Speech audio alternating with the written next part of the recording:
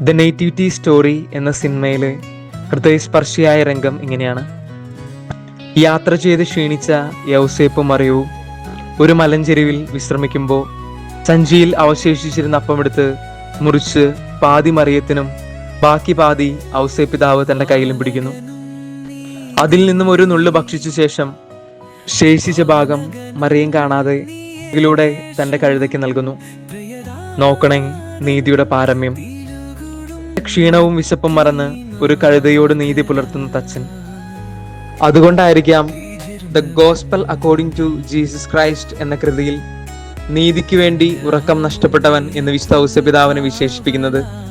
പല ദിവസത്തിൽ നമുക്കും നീതിക്ക് വേണ്ടി ഹൃദയത്തിൽ ഒരിടം കണ്ടെത്തിക്കൂടെ?